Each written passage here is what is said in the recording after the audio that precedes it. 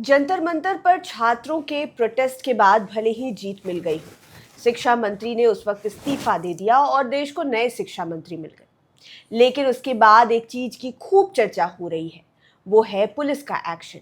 किस तरीके से उस प्रोटेस्ट में पैलेट गन्स का इस्तेमाल किया गया, कैसे कील वाले डंडे छात्रों को मारे गए, कैसे बैरिकेटिंग्स में करंट लगाया गया था, यानी कि तार बांधे गए थे जिससे लोग इस पार से उस पार ना हो सके। इसको लेकर देश भर में चर्चा हो रही है। कल ही आपने देखा कि पैलेट गन के शिकार हुए एक युवक का एफआईआर लिखने के लिए पुलिस तैयार नहीं थी।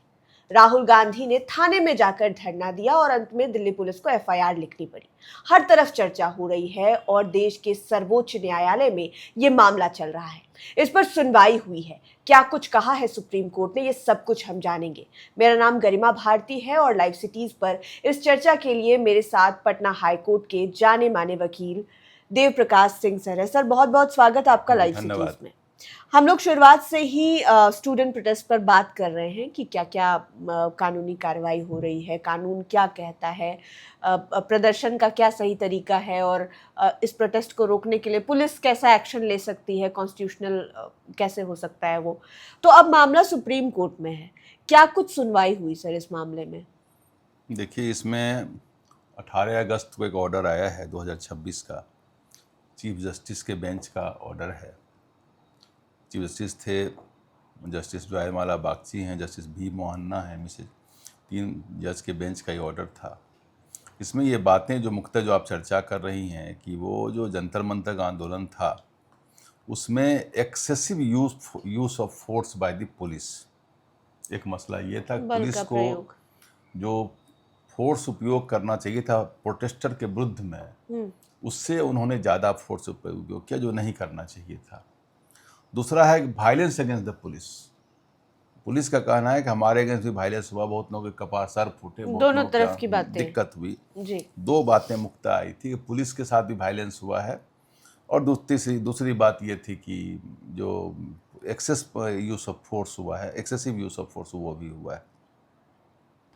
तो हुआ कि जब दोनों तरफ की बात आ रही है तो इसको तो कोर्ट तो इन्वेस्टिगेशन बॉडी तो है नहीं, सुप्रीम कोर्ट या हाई कोर्ट, इन्वेस्टिगेशन कमेटी उन्होंने फॉर्म की और उसका नाम रखा high power inquiry committee, HPEC। और HPEC बनाया। HPEC में उन्होंने कहा कि जो मुख्यतः जो मुद्दे हैं, जो पिलेट गन वाली स्थिति है कि पिलेट गन का उपयोग क्या आंदोलन में होना चाहिए कि नहीं होना चाहिए। दूसरी बात थी कि बहुत सारे पुलिस वाले प्लेन क्लोथ में थे, बिना नेम प्लेट के थे। ये बातें उसमें भी काफ़ी हंगामा हुआ था, ये क्या सही है या गलत है, क्या आंदोलन में कोई क्रिमिनल एक्टिविटी तो है नहीं था, आप इस ढंग के अपनी आइडेंटिटी को छिपा करके वहाँ खड़ा होकर क्या कर रहे थे। और उन्हीं के चेहरे के प्रोटेक्शन बहुत सारे लोग इन्फिल्ट्रेटर घुस गए जो कि वायलेंस में को कर रहे थे कि वायलेंस हो जाए ताकि दोनों तरफ से मारपीट हो जाए, स्थिति असमान ना हो जाए। वो दोनों के दुश्मन थे इसे लोग।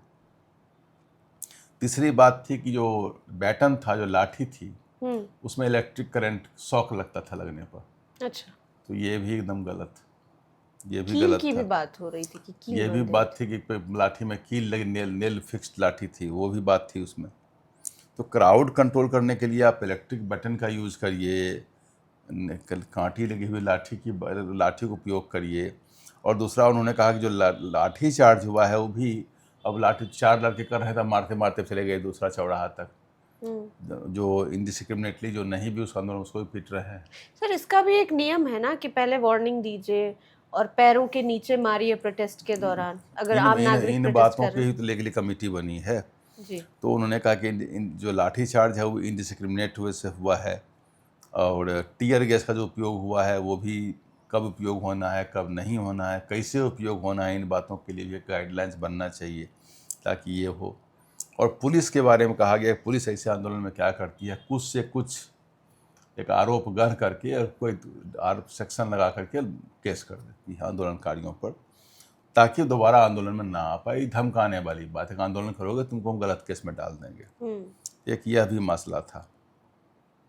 एक मसला यह था कि महिलाएं या लड़कियां या छोटे बच्चे, इनके साथ भी जाती हुई थी। छोटे बच्चे थे, महिलाओं के साथ तो अगेंस्ट द, जिसको क्या कहा जाए, उसको इनडिसेंट वैसे एक्ट करना महिलाओं के साथ, जो कि नहीं अलाउड, मोलेस्टेशन में आ जाता है उसी चीज़। उस ढंग की एक्टिविटी भी मेल पुलिस द्वारा किया गया जो एकदम ही ऑब्जेक्शनेबल है। ये बातें भी उसमें खुल करके आई। एंटी सोशल एलिमेंट और जो ऐसे लोग जिनका एंटीसीडेंट खराब है तो उनको वो उसमें घुस गए थे। आपका तो सर्विलेंस चल रहा था, कैमरा आप लगाए हुए थे, तो इनके बारे में हुआ कि कहाँ से आए, कौन थे ये लोग जो आंदोलनकारी के भेष में घुस गए थे, या कैसे जब पुलिस ही सिविल ड्रेस में थी तो भी कुछ लोग घुस गए होंगे आकर। हाईकोर्ट ने शुरू में ही कह दिया था कि 18 साल के बच्चों को छोड़ दीजिए, बाकी पर कोर्सिव एक्शन नहीं लीजिए, सबको छोड़ दीजिए। बाद में यह भी कहा कि जिनके पर कोई एंटीसीडेंट है तो उनको छोड़ करके, फिर बाद में एंटीसीडेंट को मतलब कहा मतलब जो हीनस क्राइम जिसमें 7 साल से ऊपर सजा है वैसे लोगों का मतलब है, ये आंदोलन वाला केस में नहीं है। यह भी कहा गया कुछ लोगों के ऊपर सेक्शन 152 BNSS का केस कर दिया गया। 152 देशद्रोह का कानून है, उसमें आजीवन कारावास होता है और मिनिमम 10 साल सजा होती है। तो वो धारा भी कई लगाई। ये बात कितना बार सुप्रीम कोर्ट हाई कोर्ट ने कहा है कि सरकार का विरोध देश का विरोध नहीं है। बिल्कुल। जो कोई आदमी सरकार के नीति का विरोध आप करते हैं तो उसको देशद्रोह में केस कर देना। अगर मुझे कोई कानून पसंद नहीं है, मैं उसको लेकर धरना करूं, प्रदर्शन करूं, तो मेरे पे सेडिशन लग जाएगा। अब सेक्शन 152 जो है ये पहले ऐसा 147 या 48 था जी, तो ये पहले गांधी जी पर लगा था आंदोलन के समय में, या जो आज़ादी के सेनानी थे उनके ऊपर लगा था। एक बार हाई कोर्ट ने, सुप्रीम कोर्ट ने कमेंट भी किया कि जो कानून में गांधी जी कंट्री में बंद रहे वो कानून जिंदा अभी तक क्यों वो कानून क्यों नहीं हट रहा। ये बात थी जो भारतीय न्याय संहिता बन रही है इस कानून को हटाया जाएगा, लेकिन तब भी ये कानून जस तस रखा हुआ है। कभी कभी कानून के जो सख्त पहलू हैं जो भी सरकार के विरोध में रहते हैं तो हल्ला करते हैं, और सरकार आखिर ये जो कानून है ये तो कंटिन्यू किया कांग्रेस का ही है, बाद में बीजेपी ने भी कंटिन्यू कर दिया इस चीज़ को। क्योंकि सख्त कानून रहेगा तो घुमाने में बनेगा चीज़ों को। अब कोई आंदोलन करेगा सरकार के विरुद्ध में, लगा दीजिए 152। तो वो बोला कि इस ढंग का कानून भी आप नहीं लगा सकते, किसी को इस ढंग की धारा आप आंदोलनकारियों के नहीं लगा सकते। तो हुआ कि भाई चलो इसमें बहुत सारी बातें, इसमें इंक्वायरी की रिक्वायरमेंट है, तो उन्होंने कहा हाई पावर इंक्वायरी कमेटी बना दी है जो इन बातों को इन्वेस्टिगेशन करेगी कि पुलिस का जो एक्शन है वो क्या होना चाहिए। 144 जो अब 163 हो गया है, BNSS का पहले CRPC का 144 था, तो कहा कि वह जो है वो पहले लगना चाहिए था, आंदोलन था तो वो लगा हुआ, वो भी लगा हुआ नहीं था वहाँ पर, बोला वो भी लगाना चाहिए था आपको। और बोला कॉन्स्टिट्यूशनल मैकेनिज्म जो है वहाँ पर कि जो कैसे कैसे क्या करना है उन चीज़ों को देखना है। कमेटी जो फॉर्म की है तो कमेटी में कहा कि जो इम्पेकेबल करेक्टर के पर्सन लोग हैं, जैसे कि इसके जो चेयरमैन हैं honourable justice retired R Subhash Reddy, ये जज हैं सुप्रीम कोर्ट के, इनको बनाया गया chairperson.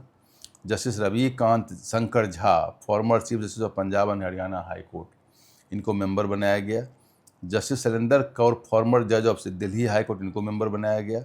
Shri Rishi Kumar Shukla former DGP investigation centre DGP CBI, Shri Rishi Kumar Shukla, इनको मेंबर बनाया गया। और doctor LR Bishnoi retired director DGP भी हैं मेघालय के, इन सबों को सदस्य बनाया गया। और इनको कहा गया कि आप इन बिंदुओं को स्टडी करिए, स्टडी करके एक रिपोर्ट दीजिए कि अगर इस ढंग का प्रोटेस्ट होता है, आंदोलन होता है, तो कैसे क्या इन जो गन है इसको हम लोग, जो पेलेट गन है, इलेक्ट्रिक बैटन है, लाठी चार्ज का तरीका है, टीयर गैस है, एडिक्वेट वार्निंग है बिफोर जो अभी आप बता रही थी, इनका प्रोसीज्योर, इनका गाइडलाइंस क्या होगा। एक प्रोपोर्शनेट जो एप्लीकेशन ऑफ फोर्स होता है, वो होता है राइफल 2 तरह का यूज हुआ है बिहार में, तो AK-47 तक यूज हो गया था। तो पंप एक्शन फाइल एक राइफल है, एक प्रोजेक्टाइल एक्शन गन है, ये दोनों से पहले गन चलता है।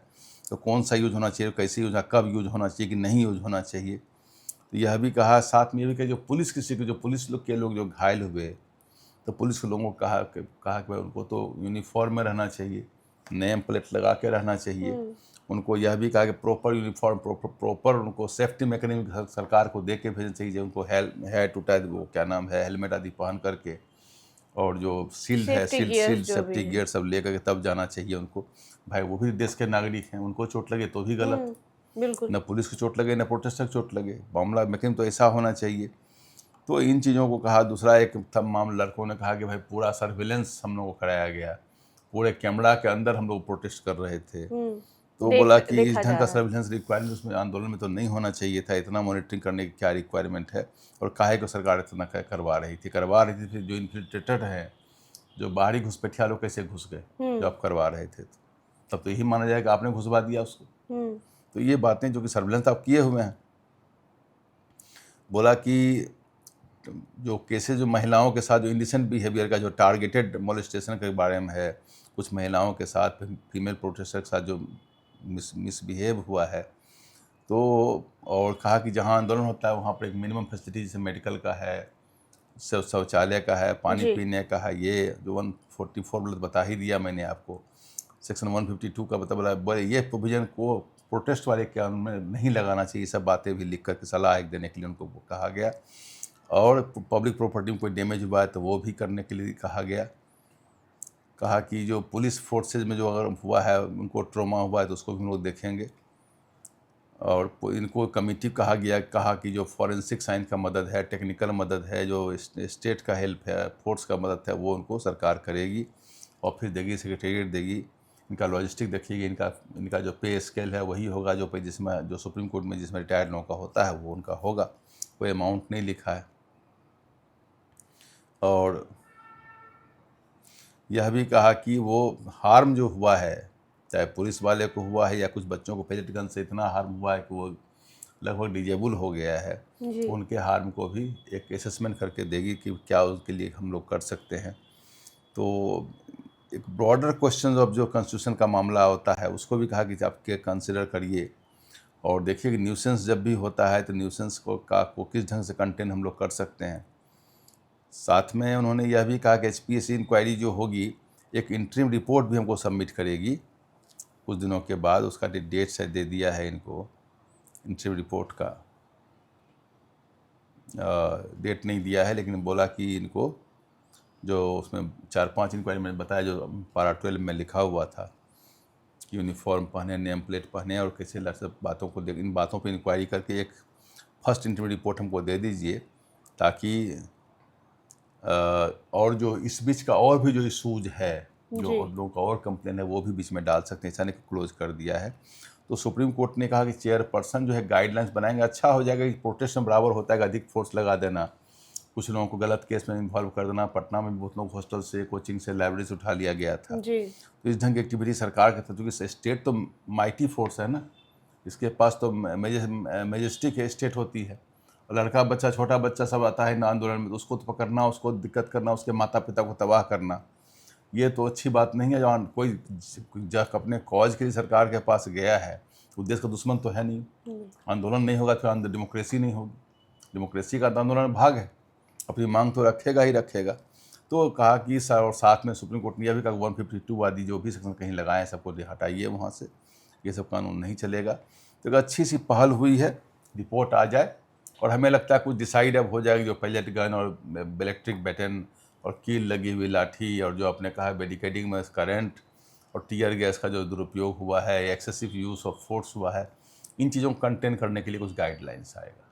और साथ में पुलिस वालों पर जो हुआ है उन पर वो भी भाई, वो भी तो देश के नागरिक ही है ना, उनके साथ अगर हुआ, उनके परिवार का ट्रॉमा हुआ, किसी को चोट लगा, किसी को आँख फुट गया, को बता रहा था, वो भी गलत है, वो भी निंदनीय है, दोनों गलत है। तो बिल्कुल सुप्रीम कोर्ट में अब मामला है, जांच अच्छे तरीके से होगी, जवाब हर किसी को देना होगा कि क्या प्रोटेस्ट के दौरान डंडों में कील लगाकर मारना संवैधानिक है। ये भी जवाब देना होगा कि क्या बैरिकेटिंग्स में या फिर जो डंडे हैं उसमें करंट होना संवैधानिक है।